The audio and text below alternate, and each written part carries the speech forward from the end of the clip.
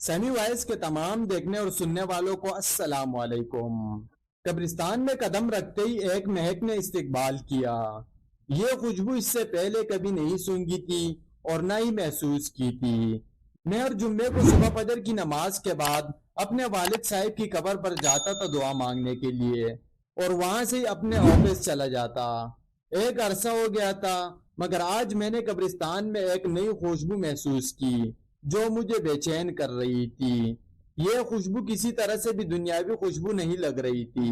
بہرحال میں والد صاحب کی قبر پر پہنچا تو ان سے چند فاصلے پر ایک نئی قبر بنی تھی۔ تازہ پھول اور چادر سے اندازہ لگانا مشکل نہیں تھا کہ 2 یا 3 دن پہلے یہ قبر بنی ہے۔ والد صاحب کی قبر سے فارغ ہو کر جاتے ہوئے اس قبر پر دعا مانگنے کے لیے رک گیا۔ دعا کے دوران محسوس کیا خوشبو اسی قبر سے آ رہی تھی۔ کنفرم کرنے کے لیے قبر کی مٹی مٹھی میں بھری تو ایک دم حیران رہ گیا۔ قبر کی مٹی ٹھنڈی تھی جیسے نم ہو، جبکہ مٹی بالکل خشک اور کمال حد تک ٹھنڈی تھی۔ بہرحال مٹی کو وہیں قبر پر پھینک دیا اور ہاتھ جھاڑنے کے بعد چل پڑا۔ بھائی کی دکان کھولی، پہلا گاہک آیا، اس کو سامان دیا تو اس نے کہا زمان بھائی آج خوشبو تو بہت کمال کی لگائی ہے۔ میں حیران رہ گیا، کون سی خوشبو؟ اس نے کہا زمان بھائی خوشبو آپ لگاتے ہو اور پوچھتے ہم سے ہو کہ کون سی خوشبو، بہت بھلے مانس آدمی ہو آپ بھی۔ یہ کہتے ہوئے وہ چل پڑا۔ میں نے جب اپنے ہاتھ کو سونگا تو وہی خوشبو میرے ہاتھ سے آ رہی تھی۔ تمام دن میں اس خوشبو کو محسوس کرتا رہا، ہاتھ دھونے کے باوجود بھی میرے ہاتھ سے وہی خوشبو آ رہی تھی۔ ناظرین کرام، ویڈیو میں آگے بڑھنے سے پہلے اگر آپ ہمارے چینل پر نئے ہو تو چینل کو سبسکرائب کر کے ساتھ میں بیل آئیکن پر بھی کلک کر دیجئے گا تاکہ ہماری آنے والی ہر ایسی دلچسپ ویڈیو کا نوٹیفیکیشن آپ کو ملتا رہے۔ اگلے دن ہفتے کو بھی میں نہ چاہتے ہوئے قبرستان چلا گیا۔ والد صاحب کی قبر پر دعا کرنے کے بعد اس قبر پر بھی دعا کی کہ کون ہے جو اس قدر نیک ہے، جس کی قبر ٹھنڈی اور خوشبودار ہے۔ گورگن سے اس قبر کے متعلق پوچھا تو اس نے بتایا کہ یہ خاتون کی قبر ہے۔ یہ جان کر اور بھی حیرت ہوئی کہ عورت کو اس قدر شاندار مقام کیسے ملا۔ اگلے دن اتوار تھا۔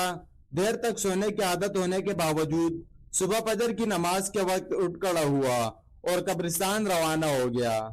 قبرستان میں داخل ہوا تو کیا دیکھتا ہوں، اسی خاتون کی قبر پر ایک آدمی دعا کر رہا ہے۔ میں والد صاحب کی قبر پر دعا کرنے لگا۔ دعا کے بعد میں نے اس آدمی کی طرف دیکھا جو ابھی دعا مانگ رہا تھا۔ جیسے ہی وہ دعا سے فارغ ہوا تو باہر کی جانب چل پڑا۔ اس کو جاتے دیکھ کر میں بھی اس کے پیچھے چل پڑا۔ جیسے ہی وہ دروازے سے باہر نکلا میں نے آواز دی، سر بات سنیں، 1 منٹ پلیز۔ اس نے کہا جی فرمائیں۔ سر میں معذرت چاہتا ہوں، میں نے آپ کو تکلیف دی، مگر میں آپ سے ایک بات پوچھنا چاہتا ہوں اگر آپ اجازت دے تو۔ میں دراصل جاننا چاہ رہا تھا کہ یہ کن کی قبر ہے جہاں آپ دعا کر رہے تھے؟ یہ آپ کیوں پوچھ رہے ہیں؟ اس نے سوال کیا۔ دراصل اس قبر سے آنے والی خوشبو نے مجھے بے چین کر دیا ہے۔ ایسی خوشبو میں نے آج تک محسوس نہیں کی۔ میں جاننا چاہ رہا تھا کہ صاحب قبر نے ایسا کون سا عمل کیا کہ یہ مقام ملا، قبر ٹھنڈی اور خوشبودار ہو گئی۔ یہ سن کر اس شخص نے ایک ٹھنڈی آہ بھری اور کہا قبر ٹھنڈی اور خوشبودار کیوں نہ ہو، اس نے اللہ تعالیٰ کو راضی ایسے کیا ہے۔ اس نے بتایا کہ یہ میری زوجہ کی قبر ہے، 30 سال سے ہماری رفاقت رہی۔ میں 4 بہنوں کا اکلوتا بھائی ہوں۔ میری بہنوں اور ماں کو میرا چہرہ دیکھنے کا بے حد شوق تھا۔ سرکاری نوکری ملتی چاند سی دلہن کی تلاش شروع کر دی گئی۔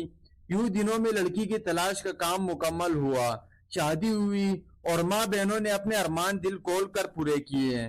شادی کی پہلی رات میں نے گھونگھٹ اٹھانے سے پہلے اپنی پگ اس کے قدموں میں رکھتے ہوئے صاف الفاظ میں بتا دیا، مجھے معاف کر دو، میں حق زوجت ادا کرنے سے بالکل قاصر ہوں، میڈیکلی طور پر مکمل انفٹ ہوں، صرف اپنی والدہ اور بہنوں کی خوشی کی خاطر خودعورت بن گیا ہوں۔ اس نے وہ پگ میرے سر پر رکھتے ہوئے کہا، آپ جیسے بھی ہیں میرا سہاگ ہے، میرا نصیب ہے، مجھے اب آپ کے ساتھ ہی رہنا ہے۔ اس دن کے بعد اس اللہ کی بندی نے میرے ساتھ 30 سال گزارے، میرے گھر والوں کی ہر بات برداشت کی، بانجھ ہونے کے تانے بھی سنے، مگر میرا پردہ رکھا۔ اللہ تعالیٰ کیسے اس قبر کو ٹھنڈا اور خوشبودار نہ کرے جس نے اتنی پاک باز زندگی گزاری ہو۔ اس شخص کی تمام بات سن کر اس خاتون پر رش آنے لگا جس نے دنیا میں صبر کیا اور اعلیٰ مقام حاصل کیا۔ آج کل کے دور میں کچھ بھی حاصل کرنا کیا مشکل ہے۔ عورت مرد ذرا سے بیمار ہو، حلال حرام کی تمیز کیے بغیر اپنی خواہشات کی تکمیل کے لیے کچھ بھی کر گزرتے ہیں۔ شوہر بیمار ہو تو تعلق طلاق تک جا پہنچتی ہے۔ معاشرہ ایسے مثالوں سے بھی بھرا پڑا ہے۔ اللہ تعالی ہمیں دین کو سمجھنے اور اس پر عمل کرنے کی توفیق عطا فرمائے، آمین۔